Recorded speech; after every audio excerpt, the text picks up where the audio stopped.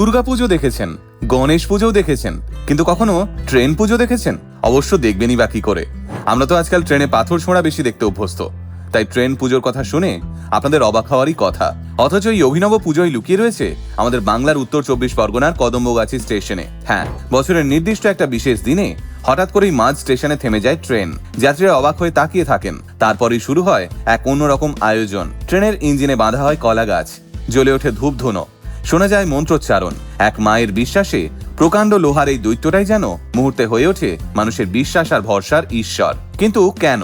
আসলে আমাদের বাংলার এক অসহায় মা তার ছেলের মঙ্গল কামনায় রেল লাইনের সঙ্গে লোকাল ট্রেনকেও স্বয়ং ঈশ্বর জ্ঞানে পুজো করেন। আর তার পিছনে রয়েছে এক চোখে জলানা হৃদয় বিদারক গল্প।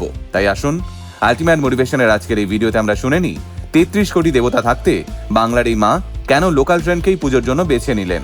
এই সময় অনলাইনে প্রতিবেদন অনুসারে জানা যায়, প্রতি বছরই নির্দিষ্ট একটা দিনে রাধারানী গোলদার নামের এক মা কদম্বগাছি স্টেশনে এসে দাঁড়ান। নিতান্তই ছাপোষা ঘরের এই মা আসলে আসেন নিজের 18 বছর আগে করে যাওয়া মানত রক্ষা করতে। হ্যাঁ, আজ থেকে প্রায় 18 বছর আগে এক ভয়াবহ ট্রেন দুর্ঘটনায় রাধারানী গোলদারের ছেলে স্বপন গোলদার তার একটি পা হারিয়েছিলেন। যদিও রেল লাইন পেরোতে গিয়ে একটি পা হারিয়ে ফেললেও সে যাত্রায় ঈশ্বরের কৃপায় বেঁচে গেছিলেন তিনি। আর এই ঘটনার পর থেকেই রাধারানী গোলদার ঈশ্বরকে কৃতজ্ঞতা জানানোর পাশাপাশি লোকাল ট্রেনের কাছেও ভীষণ কৃতজ্ঞ।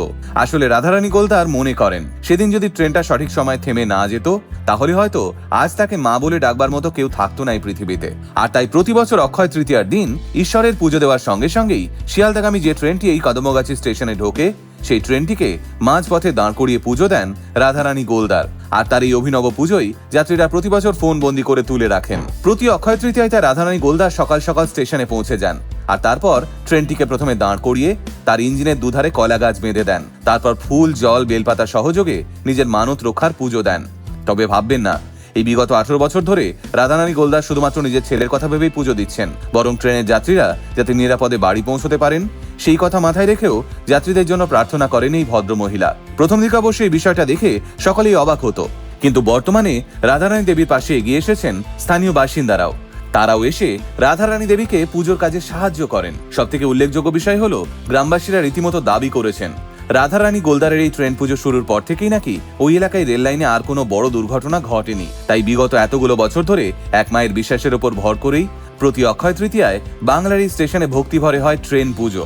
আসলে মা এই ছোট্ট শব্দটার ভিতরেই যেন লুকিয়ে রয়েছে এক বিশাল পৃথিবী। পৃথিবীর এই একটা মাত্র সম্পর্ক যেখানে লুকিয়ে থাকে নিঃস্বার্থ ভালোবাসা আর এক অদৃশ্য শক্তি। আসলে একজন মায়ের কাছে তার সন্তান জীবিত আছে, হেসে খেলে বেড়াচ্ছে, এর থেকে বড় প্রাপ্তি আর কিচ্ছু হয় না।